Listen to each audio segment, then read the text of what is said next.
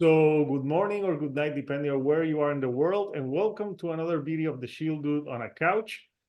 Today, we're here to celebrate an EP that turns 30, that came out on January 25th of 1994, and it's Alice in Chains, and the EP is Jar of Flies. Here's the cover of Jar of Flies. And yeah, this is an EP that came out it came out 30 years ago. And fun fact, this is the first EP to go #1 on Billboard ever. This was the first one until I think 10 years later, Jay-Z or something with an EP with Linkin Park had a #1, but the first EP to do this. So we're here to celebrate this album.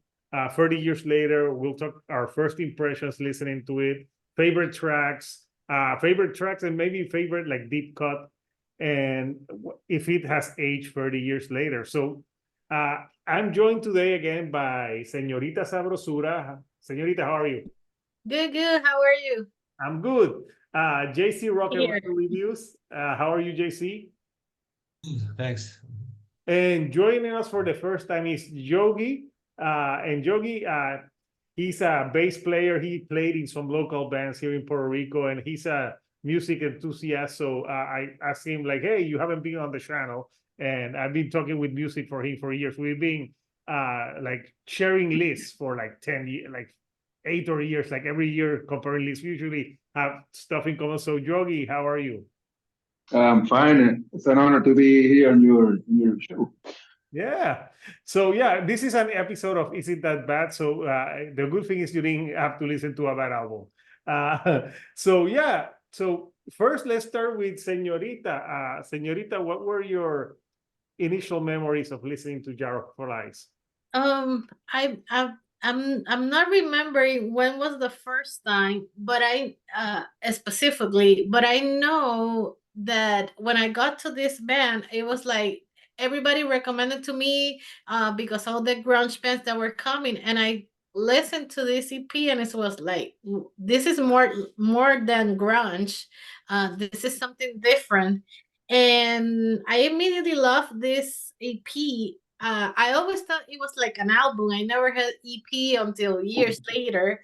And I think it's a flawless album. I don't consider any bad song. Like I wouldn't skip any song. This is every song is good. Yeah, I think by today's standards, this would be considered an album. Yeah. Because And I know it's like almost like 30 minutes long. Yeah, I know it's like heavy and a little depressing, but it's really good. Oh, and yeah. And I like it. Like I said, it's more than grunge. It's more acoustic driven, more bluesy, with the country influences. I like it. Yeah. What about you, JC? I know you told me that you have the original copy. Yeah. Still. Wow. Yeah, this is my CD that I bought when it came out. I bought this right when it came out, and if you remember, one of our last videos was Nirvana's In Utero. I was talking about how I was my last year of college. I was living like in this big frat house. We always had parties, and I was telling you the story about it. Someone stole my CD. So I remember, yeah, this one I would always I probably can't really see it, but I would always like put my name, and I would like put like a little signature on it so people wouldn't steal my CD anymore. Don't steal the CD. Yeah. So but and this is another one that's important because I've also talked about in past videos how, I kind of had like this grunge band going back then, and well, we played all covers. One of the songs we played was No Excuses. So that's a really a fun song to play. And it's just I love it. It's like almost an album. It's like, I guess, close to 30 minutes long. Just really great. I think this was the beginning when like all these like bands were playing like MTV Unplugged. I don't know if that came afterwards. I think like I think that came right. I think it came right after this because there was like Nirvana Unplugged, then Alice in Chains Unplugged, and like every other band pretty much did an Unplugged show. But and I think it was just kind of like started a trend, which was beginning with SAP, the SAP EP, which came out, I believe, 2 years prior to this, and this one, and it's just solid, just really great start to finish. So I really like it. Yeah. So yeah, what about you, Yogi? Your first impressions listening to this? Well, actually, I got into Alice in Chains like back in like 98 to 2001, somewhere between those years. And I remember listening to Dirt, but when I listened to this EP, it was thanks to a friend that uh, we used to jam back in our houses. So he put me this EP, and it was so different. It was more bluesy, more sad, more like dark, more like even the album, the artwork. It's like that this kid with this jar of flies. It's like this is depressing stuff. So I gave it a listen, and I love how everything Mike Innes style and the voice of Jerry Control and Lane Style, they harmonize so well in this album, and with this acoustic sound they have in this album. I mean, it's this it makes it golden. I don't know if you know what I mean, right? Yeah. It's I mean, it's an album that will never die. Yeah, I think my first impressions of this, I was already a fan of Alice in Chains with Dirt. I think the first song I heard was Dirt, and then I got into Man in the Box. But I like this because I don't know, I like the melodic aspect of it, and it sounded different. Plus, I think Alice in Chains were like the first band where they had two singers that could harmonize and vocalize. Yeah. And like sometimes their voice like blended together. Sometimes Yeah. you have to like pay really close attention to see who's singing now. Unfortunately, Lane passed away, and I saw Alice in Chains in 2018 now with Duval, and they're good. Even though Duval is good, is like when it was Lane and Jerry, I don't know, it was perfect. Even though I still like the second half of Alice in Chains. To me, the first albums, my favorite albums are always Dirt and Jar of Flies from them. And something that I like about this EP is that like even though it's 30 minutes, it doesn't seem that short. I don't know why. The spacing of the songs and the moodiness of the record, and it's not a heavy record like musically. It doesn't have like those big electric guitars, because I was reading that after they toured for Dirt, and they just wanted to, they're like, oh, they wanted to unwind, and they fired their the other bassist that they had, Make Star. they Yes. drug problems, and they got rid of him, and they got Mike Inez, who used to play with Ozzy Osbourne with them, and this is the first recording that they did with him, and they just wanted to have like a jam. So I read that most of these songs were written on the road, and at the time where they recorded this, they were homeless because where they lived in Seattle, they hadn't paid the rent, even though they had Dirt as a huge album. And they stayed in this studio for 1 week. So this was recorded in 1 week. And most of the takes of the songs are like 1 or 2 takes, which is crazy because it sounds so fucking good. So yeah, when this came out, I also bought it on CD. But unfortunately, my parents moved, and they like got they threw away all my CDs. It's I don't have it anymore.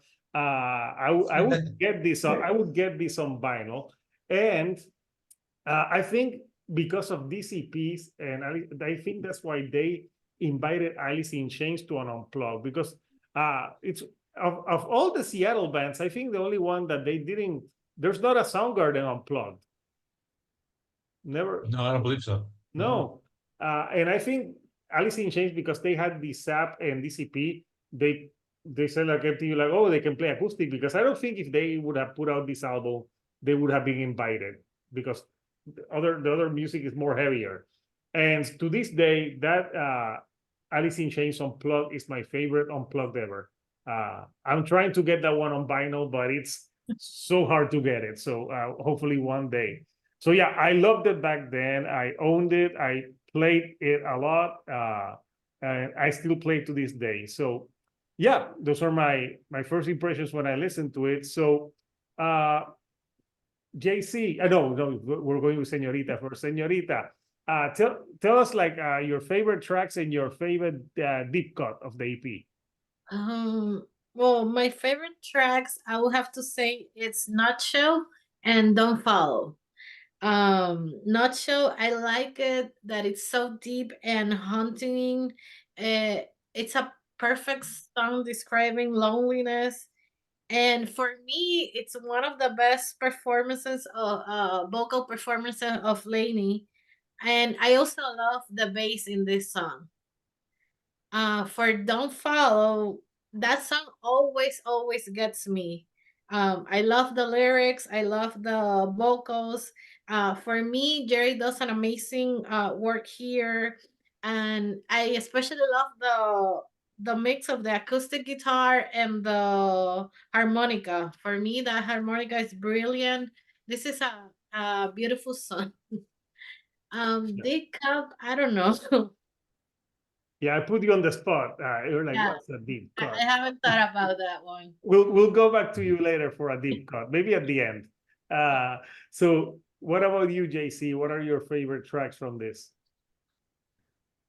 Hey, I mean, I can basically pick anything, but I'll start with No Excuses. I think that was the first song I heard. That was the one that we covered in my band. So that one I was like, it has like this like that twangy guitar sound. It's like when you play it on the guitar, it's like those like bar chords with like the open string. So I really like that, and and then the bass guitar really has kind of like its own like sound, so that also stands out. And the guitar solos, they were like really good. They're not like super flashy, not like super technical. They were just very melodic. So that's what I really like about No Excuses. Then there's Nutshell. I think this was a song I didn't really pay attention to when it first came out. It kind of like it was just there. I think it was after like the Unplugged performance that it really became popular. I think out of all the songs that aged, I think like Nutshell probably like aged like stood out more like after many years because it's just a really great song, very emotional. I think just watching Lane sing it live in that Unplugged performance, it just really made it a great song. And I'll pick one more song. I guess I'll go with like I Stay Away. It's kind of like it starts like very like bright and like uplifting. It just like kind of makes you feel good when you hear it, and then when they get into like the second verse, it kind of gets like almost sad and dark and almost depressing with like some more psychedelic tones. And I like that aspect of it. And then they have like some like the orchestration in the background. Kind of reminded me a little bit of that like the Beatles, that like Sgt. Pepper kind of sound. I heard a little bit of that influence in that. So that's just a really great song. Now deep cuts, I guess I'll go with Rotten Apple. Oh yeah. Just that's the opening track, right? Yeah. And that's just that opening like guitar riff on the acoustic. It just kind of like that's all you hear when it starts off. So I think I really like that because it's very simple, but it just like really works. And then they bring in the lead guitar with the electric guitar. It has that like wah wah effect. I like that. It's just another one where Lane Staley has this haunting and emotional tone and the psychedelic instrumental part. So that's it. I'll pick those four. Yeah. Yeah, and I think that MTV Unplugged was their last performance with Lane as a band, if I'm not mistaken. Yeah, it might be. Yeah. Yeah. I just remember that because they put something like Metallica was there, and they put something like you don't get friends haircuts on the Oh yeah. race. So yeah, that was fun. So what about you, Yogi? What songs speak to you the most? I like personally Nutshell, since been been on my head forever since I first listened to it, and always appears like in random places. So I think one of those songs that will stay. It's part of the soundtrack of your life. I don't know if if I want to call it that way. Uh, no, back in the day, my friend he used to jam it a lot. Who he was a huge Alice in Chains fan. So not sure it's one of those. I stay away because the of the orchestration. I mean, the violins in that ending, Yeah. it's amazing. I think it's for me. I think I stay with for me one of the best songs on the EP. Yeah, you remember the music video? It was like a clay animation, I think. I don't recall it right now. You haven't seen it in a while. I Yeah, haven't seen it in a like while. Yeah. it was like a circus, and there was like clay animation. I saw a lot of MTV back in the 90s. You know, so yeah, I remember all those videos. So I stay away, not shell. Any deep cuts that you love? Uh, I'll go with Rotten Apple. Yeah, I'll go with Rotten. Yeah, as well as Rotten Apple. yeah, that's a I good. mean, So yeah, I think that leaves me. So my favorite tracks out here are Nutshell because it's just an amazing song, and I think that's a song that they didn't release as a single for this, but they released it when the Unplug. I think that was a single for the Unplug, and that's when that song like took a life of its own. And I think it's like JC said, it's aged really well. It's a really emotional song. The other day I was watching like a Instagram like viral like a reel, and they had they had a picture of like Matthew McConaughey like crying when he heard this song. It was like the first time I heard that show. I'm like I'm like, yeah, it's a really emotional song, and Lane kills it on his vocal delivery on it. I think to this day, Lane is the king of the. I was watching a video about like the 90s, all the Jarl singers who could, that Jarly voice, and I think, yeah, Yeah. Lane Staley is the king of that. No one has topped him. After him, I would say maybe Eddie Vedder and Scott Weiland, but yeah, I have him at the top. And I also love Stay Away a lot because I like it because it can be harder, but I like the violins, the instrumentation, the way the song shifts from sounding really happy to like sad and almost dark and menacing. So I like the changes that that song has. And my favorite deep cut is Rotten Apple. Uh, I think it really sets the mood when with just the simple singing of like hey, na na na. I just love where they can go like hey, na, yeah, na, it's a na. perfect intro for the album. Yes, it's a perfect intro for the album, and with just those simple, like you get like sick, like you like yeah, this is like a different vibe. I think this is a record EP that really I wouldn't say there's a weak track. Even the instrumental Whale and Wasp, I like it. Mhm. It's like a good segue to the last two songs on the record. So I don't think it's filler. So I enjoyed those tracks. So 30 years later, I think this is easy. Like has it aged well? What do you think, señorita? Yeah, I think it has aged well. Like I say, because it's more than grunge, it doesn't sound dated. It sounds like fresh. And like Yogi said, this record will never die. It stands Yep. the test of time. Yeah, that's a good assessment. What about you, JC? Yeah, I think it's just the kind of album that, I'm saying album, and I mean, I know it's an EP, but it's just something you just like to put on. It's not like a long album, album or EP, whatever it is. And it's, I think like everything is good. I wouldn't say there's like no bad tracks.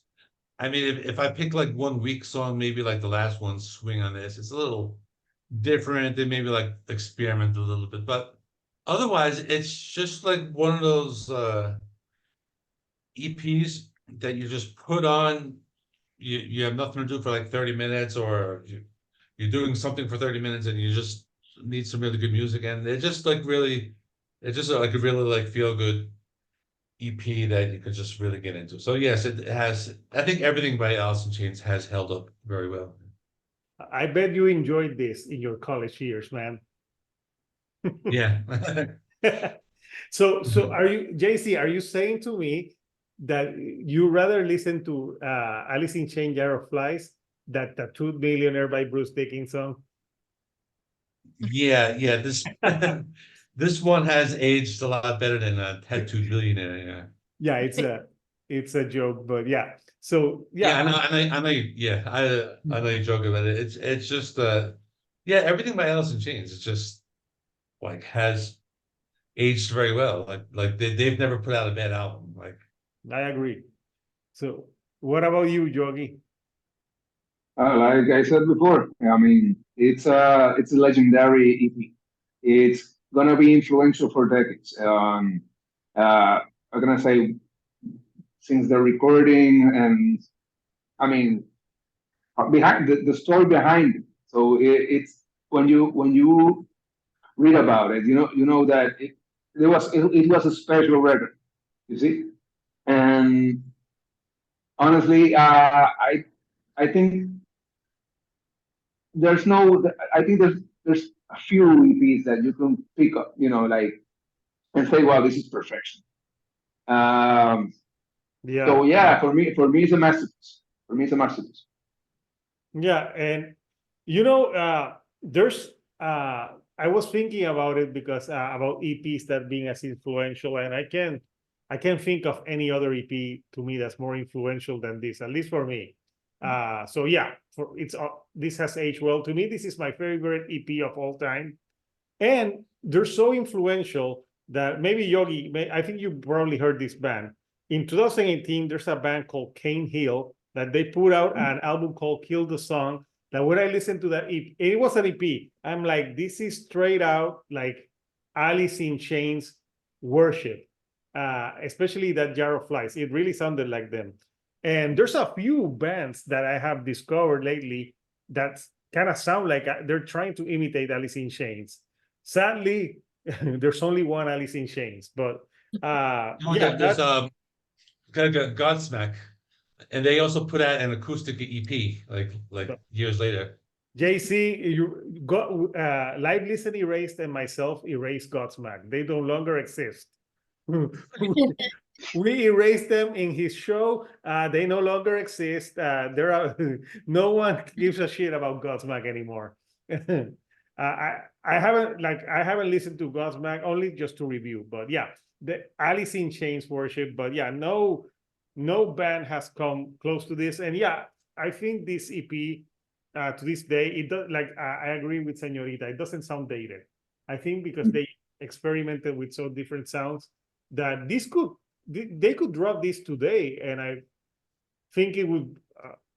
Well, I don't know if it would be a hit, but I think it sounds as fresh today as it did when it came out in 1994. So, yeah. So this is sometimes it's easier to talk about the crappy albums because you find so many stuff to say than with the good ones. There's so many. There's just so less words that you can say, yeah, it's good. But yeah, we've all said that Alice in Chains, Jar of Flies has stood the test of time. It sounds amazing 30 years later, and obviously it's influenced a lot of bands to this day. So yeah, no one can take that away from Alice in Chains. I posted on Facebook a few weeks ago that to me, Alice in Chains is my favorite grunge band from Seattle. They're the best. Not even Nirvana. I love them, but I think Alice in Chains, as a band, as a whole, I think they're the best. What do you guys think? Yeah. I would probably say that they're my favorite. I mean, I love Soundgarden as well, but this one might be my Yeah. favorite as well. I I couldn't pick. mean, I love Soundgarden. I love Stone You Temple need to Pilots. pick. No, I I'm can't. kidding. so hard to pick, but yeah, I think Alice in Chains is It it's in depends on the mood, the first Yeah, it yeah in depends the on the first part. movie. Yeah. Yeah.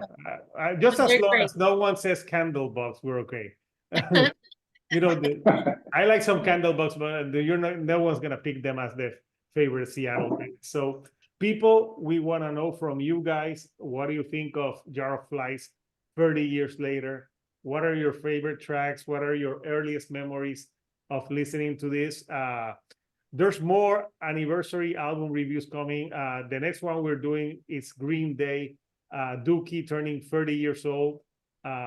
So that's turning 30 in February. And there's a lot of albums turning 30 this year. So we'll cover most of them because a lot of them, if you say the channel, I love the 90s. So yeah, we'll cover it. So please, if you haven't subscribed to JC Rock and Metal Reviews, he does album rankings, he does reviews. He did the 25th anniversary of Sugar Ray, and and it's performing better, man. It's but I think the last time we spoke, it was at like 10 views, but now it's like 100 and something. So it did pick up. Yeah. Yeah, Team Mark McGrath. No, I'm joking. And he does. I've done collaborations on his channel, and of course, he's a season regular on Is It That Bad, which is the series on this channel that is my bread and butter. Everyone loves that series, and of Yeah. course, Señorita Sabrosura. She's also part of the channel. She's been collaborating with me since the beginning of the channel. She sells merch at sabrosura.art. So do you have like stuff for Valentine's Day now?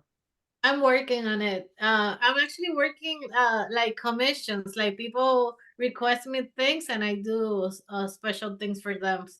Yeah. And just so if anyone forgot, I still have shirts in friendless.com. I've just sold free. Come on, buy more shirts. Come on, people. I have some also. I have like that. If you want to drink coffee, I have the mugs, I have stickers.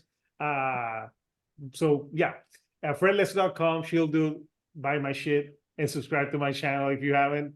And Yogi does not have a channel, but but yeah, like he's a cool dude who loves music. So if you want to collaborate for you should do an Is It That Bad episode, Yogi.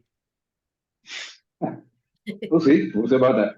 I'm gonna force you. You told me Use the force. yeah, you gave me a suggestion for a band from Puerto Rico, but I'm like no, I already mentioned that album in my Yeah. top 10 worst albums of the year, and I don't. A lot of people are not gonna know the band, so I gotta cover bands that people know. But I'll let you know for one that interests you, so you can be a guest on that because it's really fun. So yeah, so coming up next, people, we got that Green Day Dookie 30th anniversary, so look out for that. So until next time, people, this is Hector, the Shield on a Couch, and I'll see you all right here on the couch. Thank you and goodbye.